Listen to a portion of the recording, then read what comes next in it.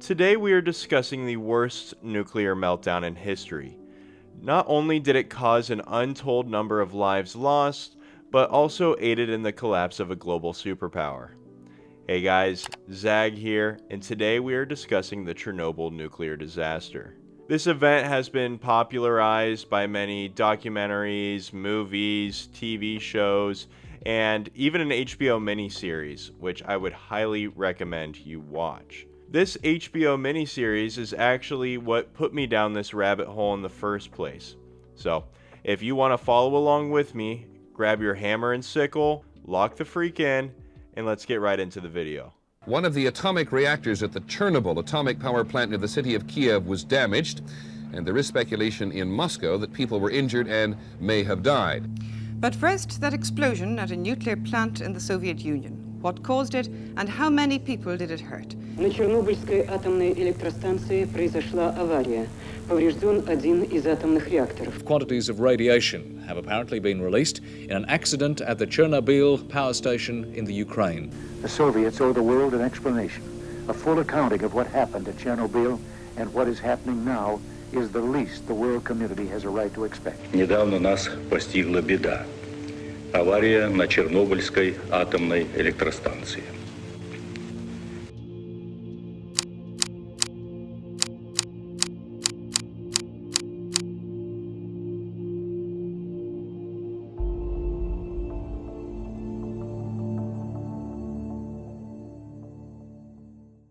The word Chernobyl on its face is an interesting word.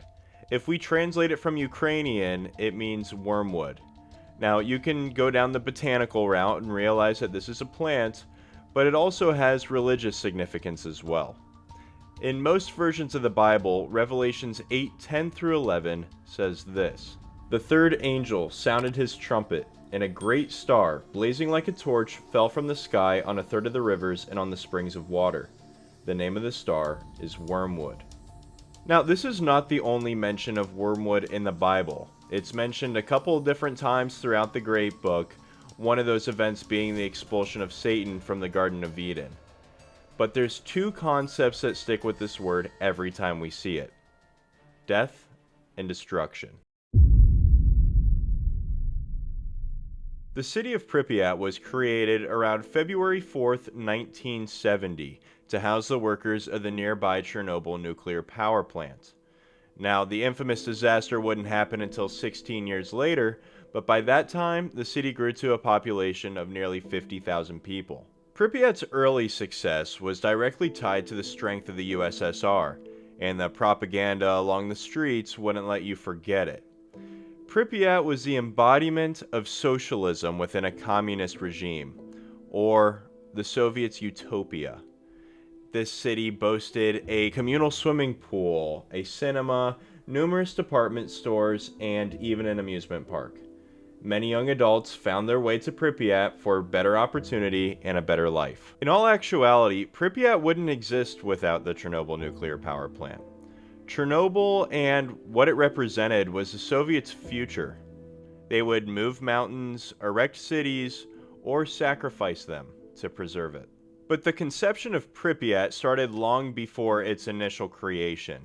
To understand this, we have to go back in time to 1947, where the world was witness to the start of the Cold War. Now, for those who don't know, this was a nuclear arms race between the United States and the Soviet Union, with endless threats of destruction. The power balance between these two swayed a little bit throughout the years, but by the time we get to the 1970s, it was clear to the Soviets that they had a problem. They figured out that their communistic economic policies were not fit to do battle with a capitalist society such as the United States. They were starting to lose ground, and the United States was starting to succeed. The only way they could find their way out of this was by creating a sustainable, low-cost atomic energy source, i.e., nuclear power plants. This would cut costs tremendously for them and get them back in the game. Well, the Soviets created the first one of these right outside of Moscow in 1951, and once this was done, many more sprang up across the Soviet Union. The Soviets now had a sustainable, low-cost energy source that they could use for themselves or to sell to other nations. The tides of war had changed. Now the Soviets could focus on building up the military-industrial complex and surpassing the United States. Despite atomic reactors popping up across the Soviet Union, the Soviets found continuous problems with construction. Often, efficiency was valued over quality and safety, and corrupt government bureaucracy gave way to spotty construction. Now, many of these power plants dealt with this, including Chernobyl, which essentially made them a ticking time bomb. They did have some precautions put in place. They had backup generators, which took 45 seconds to kick online, and supplemental turbines, which maintained the amount of energy required before the backup generators came back. Now, this was meant for things like a power outage or an attack by the Americans. This wasn't a tried and true method, merely theoretical. Well, the Soviets would have a chance to test this theory on a seemingly ordinary April weekend in 1986. April 24th. The turbine test was originally scheduled for the evening crew on April 24th, test postponed. April 25th, 4:48 a.m. Preparations started. Power level lowered from the standard 3200 megawatts to 1600. 8 a.m. Morning crew arrived, led by Igor Kazachev. Kazachev inherited a reactor with only 15 control rods at his disposal. The rest were lowered into the reactor to lower the power level. The manufacturer of the plant requires plant shutdown at this point, but there was no approval of a shutdown from plant superiors. 2 p.m. Kazachev followed test procedure and shut down emergency water supply to the reactor. The process was finished by 2 p.m. The test was planned to start in 15 minutes, but a call from the plant administration demanded the plant maintain current power. A nuclear station powering the capital of Kiev unexpectedly went offline, and it was now Chernobyl's responsibility to power it until evening. Leadership decided not to restart emergency power supply. 4 p.m. Evening shift took over, led by Yuri Trehub, someone unfamiliar with testing procedures. He maintained the status of the plant and spent his shift studying the procedures. Approval for shutdown was supposed to be received by 6 p.m. 8 p.m. Still no word from plant administration. Trehub was told by executives, including Nikolai Fomin, chief engineer of Chernobyl, to not proceed with the test until Deputy Chief Engineer Anatoly Dyatlov arrived to carry it out. Dyatlov was called, and he refused to come into the plant until the order was given to run the test. 9 p.m. Call from above informed Chernobyl nuclear power plant that the test was good to start at 10 p.m. Dyatlov was on his way. Shortly before 11 p.m. Still no sign of Dyatlov. Finally, a call from Unit 3 contacted Trehub saying Dyatlov was spotted reprimanding workers in the area. He should arrive soon. 11 p.m. Dyatlov arrives and started to lower power from 1600 megawatts. 12 a.m. Power lowered to 760, a level good enough to conduct the test. Midnight shift change. New lead, Alexander Akimov, accompanied by Leonid Toptanov. Akimov is completely unprepared for the test and has no experience or preparation. Toptanov had only started working for the plant a couple of months before. Trehub decided to stay on as an observer to lend a hand when needed. Dyatlov decided to lower the power further, reducing it to 520. 12:28 a.m. Power level fell to 30. According to one eyewitness, 0. Reports say Toptanov switched from one regulator of control rods to another out of order, causing a massive drop in power. Akimov shouts to maintain power, and Toptanov manually pulls out control rods to breathe life back into the reactor. Minutes later, power is back to 160 megawatts. After all the warnings, signals, and mishaps to get to this point, Dyatlov and his crew should have shut down the reactor and waited until later to run the test. Dyatlov, however, decided to move forward. 12:43 a.m. Dyatlov ordered operators to block the emergency signal from the steam turbines. 1:03 a.m. Reserve water pumps were being turned on via test program procedures. The reactor was still at low power, and the influx of water was another factor that destabilized the reactor. 1:19 a.m. Water absorbed neutrons and low steam alarm sounded. Operators switch off the alarm and shut off the reserve pumps. The power level continued to fall. Due to the continuation of the reactor maintaining low power, it started to poison itself by an accumulation of xenon-135. Nuclear fission inside of the reactor can create this at low power levels, and this helps to slow the reaction. Toptonov yet again manually pulled out the control rods to get power levels up, eventually having only 9 of the 167 control rods in the reactor. The reactor from this point would be very difficult to control and highly unstable. 1:22 a.m. A computer system indicated that the reaction rate began to pick up. Only 4 water pumps were active at this point, and the water started to turn into steam. Now there was no way for water to be used as a coolant or to slow down the reaction. 1:23:04 a.m. Turbine starts. Measurements are made. 1:23:40 a.m. Turbine test ends. Power level was now out of control. The heavy amount of steam, no water to act as coolant, and little control rods have given the power plant crew a problem that is unsolvable.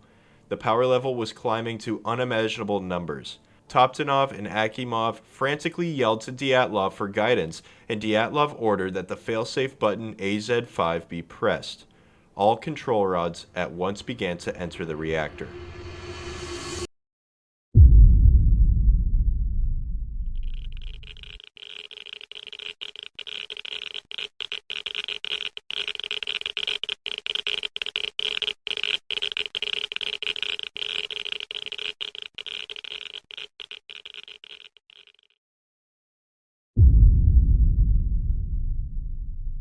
Some sources say the death toll after the immediate explosion was 2, others 50. The 200-ton biological shield shot through the sky, the containment building exploded, and radioactive graphite blocks were spread throughout the area. The reactor in Unit 4 had exploded. The only problem was, an RBMK reactor could not explode. It was impossible. Well, this was at least what the scientists at the time believed. While they sat around pondering how a seemingly indestructible reactor became destructible, radioactive particles were shooting through the sky. For us to understand how this happened, we must understand how a reactor works. Quite possibly, the deadliest balancing act of them all is the dance that scientists play with uranium-235. If balanced correctly, you can harness energy and provide power for millions of people. If incorrectly, it essentially becomes a nuclear bomb. The energy within the reactor can only do 2 things: rise and fall. Uranium-235 is the reactor fuel, which of course heightens the energy, but boron control rods are lowered into the reactor as well to neutralize the reaction, as well as water to act as a coolant. Besides the water acting as a coolant, the water also converts to steam, which reduces heat and fuels the positive void coefficient. While it does reduce heat, steam increases reactivity, which encourages more heat and more reactivity, and so on. Now, on the surface, this seems uncontrollable if it wasn't for the negative temperature coefficient. When nuclear fuel gets hotter, it becomes less reactive, which in consequence makes the plant perfectly balanced. But for the Chernobyl nuclear power plant, this was not the case. When uranium is splitting apart, it turns into xenon. Think about it this way. You're running a marathon and you're running really fast and you really don't feel how fatigued you actually are. That's until you start to slow down and start to feel the pain all throughout your body. This is kind of the same with what the reactor is. Kept at a regular power output, the xenon is burned away by the reactor. But in the case of Chernobyl, when you're running on a low power output for 10 hours, you start to poison it. Now that the power is so low, the reactor is now overwhelmed with xenon and cannot produce enough heat or steam. The only way to up the heat is by pulling out control rods, and by the end of it, the team pulled out 205 out of 211 control rods, giving them no way to control the reactivity of uranium. Alright, I wanted to take a step back and just explain what's going on here. I know there was a lot of big words being thrown around, and I just want to break it down a little bit more. So, think about it this way. The Chernobyl team was lowering power so that they could conduct their safety test. But they kept the power low for around 10 hours, right? Since it's been 10 hours of low reactivity and low power, the reactor built up xenon. And like we said, xenon is the poisoning element that slows down the reaction in the reactor. So this xenon is in there, causing the power level to drop significantly. And since the power is low, the water is not converting to steam, which, like we said, reduces heat and plays into that whole negative temperature coefficient thing. So we have two barriers that are keeping the power low. And on top of all of that, Dyatlov's trying to push it way up. So the only thing they do is they pull out the boron control rods, which is supposed to neutralize the reaction. By doing this, you give yourself no way to control the reaction of uranium, which can become a bomb. Hopefully that makes sense. Since the uranium has gone cold, that negative temperature coefficient that we were talking about is not in effect. The only things keeping the reactor at bay is water and xenon. Well, the test starts, water pumps are shut off per test procedure, and uranium starts going off. The water starts converting to steam, which we said increases reactivity, which then increases heat, and that heat starts to burn away the xenon. Now, with no water and no xenon, the power levels were skyrocketing. The control room started to freak out, and Dyatlov, like we said, orders that the failsafe button AZ5 be pressed. Now, the AZ5 button lowers every single boron control rod into the reactor, which is supposed to neutralize the reaction.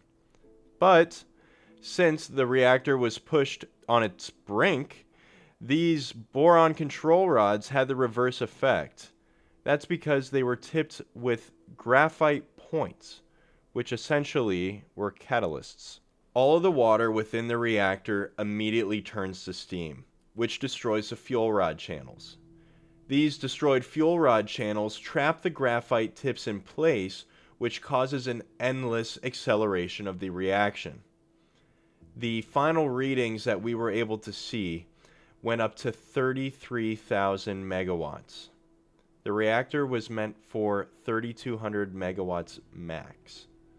Well, the pressure inside the core explodes and shoots the 1,000-ton lid off of the reactor.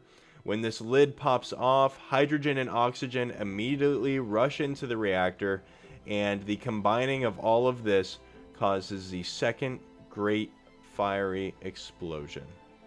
The nuclear bomb went off.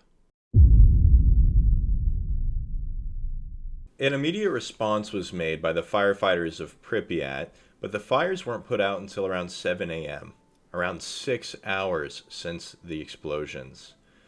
The firefighters went there, and while they were putting out the fires, they did not have the proper equipment and were exposed to high amounts of radiation, causing some of them to get radiation sickness. These firefighters put their lives on the line to stop the radioactivity from pouring into the atmosphere and to stop the other reactors from being damaged. One fireman by the name of Peter Chavre describes his experience driving a truck through debris after the incident. I dodged like a rabbit, with the truck following me, and still the wheels were punctured. I took metal rods out of the wheels with my hands and kicked them out with my feet. Then the skin peeled off my hands. The metal rods were radioactive. The death toll for firefighters and emergency cleanup workers would amount to 28 from acute radiation sickness and 1 from cardiac arrest. Despite the fires being out, the reactor was still active, causing radioactive isotopes to spread throughout the sky. Now, Viktor Brukhanov, who we said was the creator of the plant, along with Soviet officials, believed that since an RBMK reactor could not explode, that the radioactivity really wasn't that bad. Well, things changed when high levels of radioactivity were picked up all the way in Sweden. Now, to put this in perspective for you, if I drove from Sweden to the Chernobyl nuclear power plant, the shortest route possible, it would be similar to the distance of me driving from Miami, Florida to Augusta, Maine. Keep in mind, up to this point, the Soviets have put a cap on any of the information surrounding the Chernobyl disaster as far as it relates to worldwide affairs. The world did not know about this until Sweden picked up on these high levels of radioactivity. Now the information was out, and it defaced the image of the Soviets heavily. Now, to counteract this, General Secretary and President Mikhail Gorbachev put together a response team in order to counteract the effects of the disaster. This task force was led by Boris Sherbina and Valery Legasov. And if you've seen the HBO miniseries, these are the two main characters of the show. Their job was essentially to neutralize the situation and make sure no more negative headlines come from the disaster. Their first role was to make sure every Pripyat resident got out of town to avoid any health problems. So, large speakers were strapped to the tops of vans, and they went throughout the roads just telling everyone to get out of their house, leave all their belongings behind, and, get away from the situation. Just like we said, Wormwood has these biblical undertones. Yet again, do we see another biblical parallel, if you will. This mass exodus of people leaving the city of Pripyat due to something that causes death and destruction. After the mass exodus of Pripyat residents, the first job of this task force was to try to neutralize the reactor. And their idea was to pour sand and boron on top of the live reactor. This was, like we said, with the boron control rods to neutralize the reaction, and the sand was to smother it. So they did this, and something interesting that came of it was there's this clip of a helicopter that's, I assume, doing one of these drops onto the reactor, and due to the reactivity, actually crash landed. Now, if you remember, we talked about the reserve water supply or the water pumps that got pushed into the reactor to reduce reactivity, to keep the reactor balanced, right? Well, while that was reducing reactivity in the past, now it posed a much greater threat. These reserve water pumps, or just water pumps in general, were resting underneath where the reactor was. And the worry was this hot, fiery, radioactive reactor was melting down into the earth. And once it got to the reserve water supply, it would essentially cause a thermonuclear explosion. Now, the explosions from the initial disaster were already bad enough, sending radioactivity through the sky, yes, but a thermonuclear explosion would be so much greater than anything that has ever happened yet, and the radioactivity coming from that would almost be too great to stop. The task force's solution to this was to send 3 men down to shut off all the water pumps. And the radioactivity was so high that it was thought that it was pretty much a death mission for these 3 people. They had to go into the most radioactive part of the world for minutes on end to shut off every reserve pump, essentially saving the world. Now, at the sacrifice of their own life, they had to go do it. Thankfully, against all odds, they came back and they didn't die of radiation poisoning or sickness. One of the greatest feats of humanity, one might say. Hey, just wanted to cut in here for a quick sec. I forgot to include a point about the concrete foundation that was installed underneath the reactor. Like we just said, with the reserve water pumps, the worry was that the reactor was burning down into the earth, and that once it hit the water, it would cause a thermonuclear reaction. While there is also another worry that even if you got the water out of the way, the burned reactor would fall into the the water in the earth and would poison the earth for hundreds of miles. So to prevent the poisoning of the earth, what they did was they dug out a hole underneath the plant and had these miners come in and put in a concrete slab to kind of slow the reaction. Again, if you did see the HBO miniseries, they depict these miners of all stripping naked and getting in there, and it was this very taboo scene. They didn't strip naked, that was just for effects, but it did happen in the sense of installing the concrete slab itself, so I thought I'd throw that in there. Towards the end of the cleanup, the task force led by Valery Legasov and Boris Sherbina wanted to get a couple more things done. One of those was neutralizing the radioactive animals in the area to preserve the ecosystem. And another one of this was the use of biorobots, which, if you remember our discussion after the immediate explosion, that these radioactive graphite blocks were strewn throughout the area, the idea was the use of biorobots could help to remove these. These blocks were so highly radioactive that just walking up, grabbing it, and throwing it away was a death sentence. So what the Soviets decided to do was to pretty much have an assembly line of highly armored individuals to walk up onto the roof, to grab the graphite blocks, run back. They had to be back within a certain time period. Once they're back, they have to strip off the armor, get showered, and then they couldn't come back to the plant for an extended period of time. So this assembly line eventually got all of the graphite blocks out of the area, again preserving and neutralizing the situation. The last thing that the Soviets did was build a sarcophagus that enveloped the plant, stopping radioactivity from the reactor spreading throughout the world. This was one of the last things that they did to neutralize the situation, and the sarcophagus is still over the reactor today. At this point, you could probably tell that the Chernobyl disaster was horrific on the lives of the Pripyat locals, Ukrainians as a whole, or even, if we zoom out, all of the Soviet Union. Well, while it was bad in the short term, we can also zoom out and see the terrible long-term effects for it as well. It starts off with Ukraine leaving the Soviet Union. Now, don't get me wrong, the Ukrainians were not happy about being under Soviet rule for a while, but we could see the destruction of the plants putting the Ukrainians' lives in jeopardy as the straw that broke the camel's back, one would say.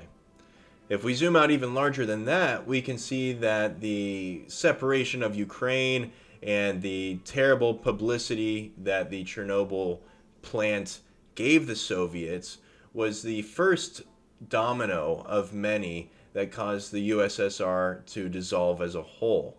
We see this happen December 26, 1991, which is only about 5 years since the accident. Now, as far as death tolls go, because the Soviets were so secretive, it's really hard to get a good idea of how many people died. As far as immediate effects, it's thought that 28 people died of acute radiation syndrome. But as far as the International Atomic Agency goes, they think that around 4,000 people will die from radiation-related illnesses. 4,000 is a lot of people, 28 is a lot of people, but these numbers are all debated. Some scientists say that the death toll could be even higher. It's hard to not leave on a bad note with this topic. I mean, all we're talking about is the displacement of people, or the lives lost, or the threats to ecosystems, or the world as a whole. I mean, this was a terrible event. But I think something that we can take away from this and learn is that cutting corners really never gets you far. I mean, we can go back to the spotty construction and the corrupt government bureaucracy of the Soviets. They were always just trying to meet quotas and meet deadlines, and running a reactor on low power for 10 hours was just means to an end to get the testing procedure done and move on with your lives. And now this oversight, of course, caused all of this terribleness to occur. So, while again, it's hard to really leave on a happy note, I hope that we can all kind of look at this situation and look at situations like this through history and understand that usually the easy way is not always the right way. And if we do the right thing and do try to develop at the same time, something beautiful can come from it instead of something terrible. So, thank you guys so much for watching this video. Like I've said to some of you guys in person, I've worked on this video for about 2 years now, and it's so exciting to see it finally come together at the end. Hopefully you guys liked it. If you want me to cover a certain topic in the future, I'm totally open to doing that. Just leave a comment down below. Make sure to like and subscribe so this sees more people and they can enjoy this more. But thank you all again, and have a great day.